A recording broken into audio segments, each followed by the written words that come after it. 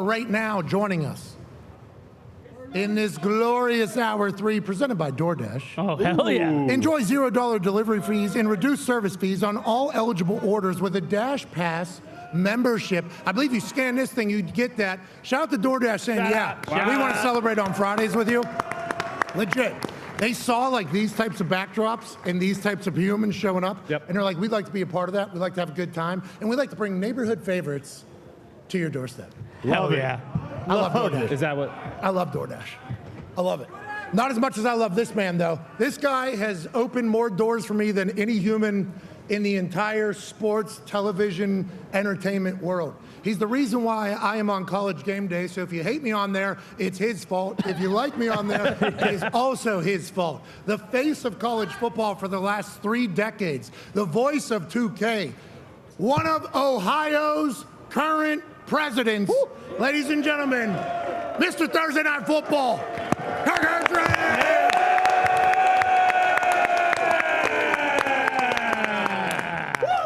Herbie!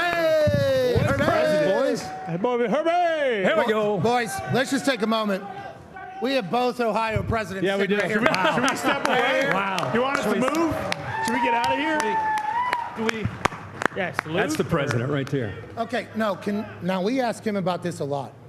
But now that we are actually here in the same city that this crown was bestowed upon you two gentlemen as Ohio's finest. This is an actual award, and these two are the reigning Ohio's finest folks. What does that mean? And how would you describe the feeling of being the president of Ohio? Kirk, obviously you first. Wait, I thought you were going to go first. It's not a real thing. What? There's no president of Ohio. What? No! No! Last time I checked, I don't think there's technically a president of Ohio. No. I think you created the position. Yeah, I think he did too. So thank you. There it is. Oh, it's so real. People. Drink it in. You son of a bitch. I'm so sick of it. You're so sick. That's unbelievable. You're a prick. Anyways, you two guys are obviously beloved here. You were starting quarterback here. Obviously grew up Centerville, Ohio. This is a big one with Penn State. It's a big one tomorrow. Huge. It is a big one. We'll find out. I mean, I don't know. You guys have been breaking it down. How was Ryan Day with Coach Holtz? How did that turn out? Unbelievable. Brother, Coach Holtz asked him a question, and then he was giving an actual answer, like, right back to him. And, like, as he was giving a real answer, he was like, well, I think it all starts with the opening press conference where I mentioned about the big game against Michigan. He was talking to Lou Holtz, and I'm like, yo. This is crazy. You need to stop. You can talk to the whole group. You can talk to the whole group. You can talk to the whole group there, but he was awesome. How great is this weather, by the way? Perfect. I mean, this is perfect Ohio State, Penn State weather.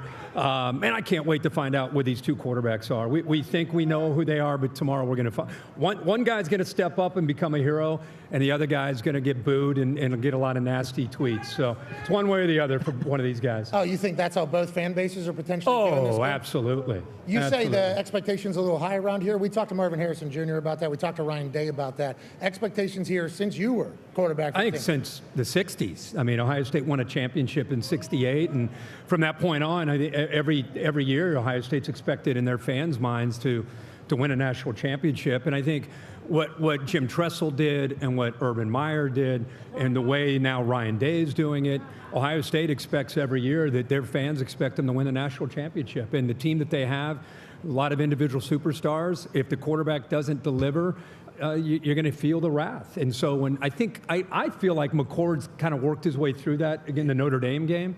But that's still a big part of feeling the pressure, and being able to handle it. That's why you come here, though. That's why he came here. I mean, that's why you go to Penn State. You know that you got to deliver. Yeah,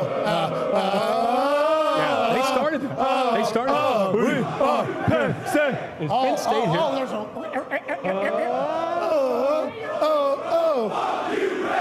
Oh, they got that down. That was good. Remix. Like that. That was pretty. I mean, that was. Let me learn you a thing or two real quick here. I mean, that was really coordinated. That's good. AJ will back this up. So here's how the Ohio State home stadium works. If they're playing Minnesota or Purdue or Northwestern, they are a C- crowd. They are a reactionary crowd. Whoa. They are.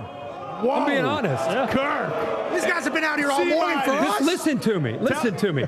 They are a crowd that reacts to a touchdown. They react to a sack. Oh, no. Now listen. This is your president speaking. No, bro, I'm just telling you, they are, because of all the success, they have an expectation. When they don't feel threatened, they're a non-factor. I understand what you're When saying. they feel threatened, like tomorrow, they will be a major factor in the game. They will. And tomorrow, so they pick 1 or 2 games a year, and tomorrow will be a game that they'll decide to be a no more president. Calling you sleepy Kirk. It's a reality. It's a reality. They said, not my president. Yeah. Well, No, it's, but I think you're I'm the right. reality guy. You're not the only one. Boy, funny and nervous. Well, good cop. It's good cop. We had bad cop president. We got good cop president here. I'm the Kirk's in realistic blue. guy. No, but I think You're wearing blue and he's in red, and we know what color the state there it is. You is, know, yeah. Hey, no. it's not blue. No, Herbie, Yeah. Herbie, though, I think you're right, though. And we heard Coach Saban talk about it whenever we were down there.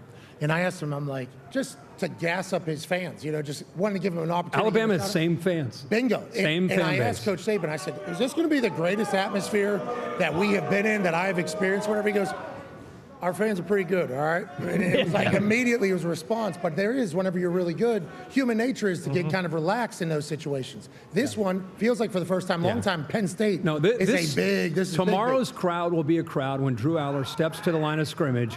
He will not be able to hear.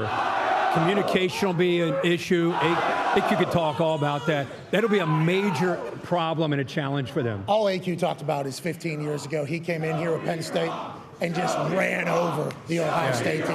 That's what he was talking about. Who was that quarterback? Darryl Clark, 17. Yeah, he was good. They were losing going into the fourth quarter. Okay, Penn State was down to Ohio State in the fourth quarter. They didn't throw a pass in the fourth quarter. Wow. Ended up winning the game. Do you think that guy doesn't wear that as a mantle? I think it's a whole part of his tattoo that he has on his body. It's a phenomenal thing. Was that the year you guys were undefeated and lost late to Iowa? Oh, wow. Yikes. Wow. Speaking of, Ty has a question for you. Kirk, do you think there's any chance both these teams tomorrow maybe are looking ahead of this game and they're looking towards that Big Ten title tilt with chance. Iowa? Because we all know that Iowa is going to run the Big Ten West. And I love that. Have you finally come around on the Hawks? I'm not the one that kills him every week. That's this guy right here. Wow. Oh, he crushes They Brian kill Ferentz themselves, Kirk. every chance he gets. Could you imagine that being your profession? I feel like he knows Brian Ferentz in some way. No, I like he Brian goes Ferentz. after him. I think he's a great guy. I think everything about him is really good. But He's not good at his profession. No, he's not. He's not. I'm amazed Iowa keeps finding ways to win games. You got to give him credit. That's the thing is everyone Great bitches about punter. them, but do you think people are guess what? They do have maybe a top 5 defense in the country, Phil maybe the Parker's- best special teams unit in the country. Yes. Are That's people it. coming? Old They school, win how they need to complementary win. football. I totally agree with you. As you know, it's hard to win against the Ohio States and Penn States and Michigans in that way. Yeah. You guys figured out Friday. They fired Matt Canada a few times, too. We'll see in they did? Indianapolis. They fired- We'll see if this tunes the same in Indianapolis. They fired Matt Canada out here. Yeah, a couple times. Is this a Steelers crowd? A lot of signs. Steelers crowd? I figured this would be a Browns crowd. No, they're not that. They're not a Browns crowd? How about the Browns? How about the Browns last week against the Patriots? They didn't play the Patriots. Or not the Patriots. I'm sorry, man. Listen, I had you on my mind so bad. The Niners. Yeah. The Browns fucking stink. So why would it be a Browns crowd? Wow. True. They don't stink. Steelers guy If their here. quarterback, The Browns do not stink. if their quarterback doesn't have a bruise, they are a great team. AJ has a question for you, Kirk. Kirk, what do you expect from Kyle McCord tomorrow? You think, if he gets out to a fast start, is that key for him?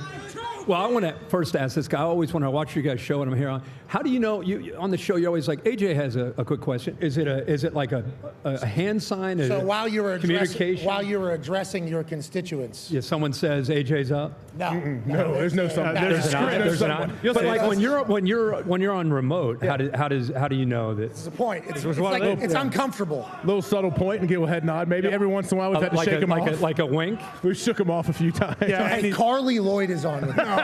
Okay, Carly Lloyd, one of the greatest soccer players. I was of all distracted. time. I think my son was knocking the door down. That's why I Which couldn't. is possible here in Yeah. Ohio. And I go, boom, like just at the end of a question, I'll give a bang. Whenever the person starts answering and they're not paying attention to the screen, I don't want to distract them. I'll give one of these, and then AJ will give like a head nod, and then they'll move on, normally take a puff of a cigar or a drink or something like that. Standard operating procedure. I was just wondering. So what did I miss? Wait. Standard operating procedure there. Okay, that has been how it's been since day one. I'm more so giving him a heads up, hey, we're coming. And he's like, yeah, Carly Lloyd, we have a great interview with her. She's spilling her soul. She's a badass. She's doing this. And I go to AJ, I go like this, and he goes, in her face. Oh my God. It was one of the worst things. And when we told him, we're like, yo, rude. We apologize to Carly Lloyd. We appreciate Carly Lloyd. But every once in a while, I hand wrote a letter. She framed it, actually. But that's how it works. Anyway, AJ has a question. So as I was listening, did you give him the look like, you were talking to your crowd, your constituents. My constituents. Yeah. I do think Aller's going to have to start fast. I was just in there watching a lot of the film from this year and what he's done. He's dinking and dunking almost every game. He very rarely, and I don't know if they have a receiver that can get downfield and beat Ohio State in this game. That's if I were a Penn State fan, the biggest concern I would have is two things. Can they get the ball stretched downfield to try to open up the running game, take pressure off of Drew Aller? Second thing is he can't move. That's not a strength of his. And Clifford over the past 2 or 3 years, and Trace McSorley before that was a huge element in what they did. It was when things would break down, that quarterback always was that threat.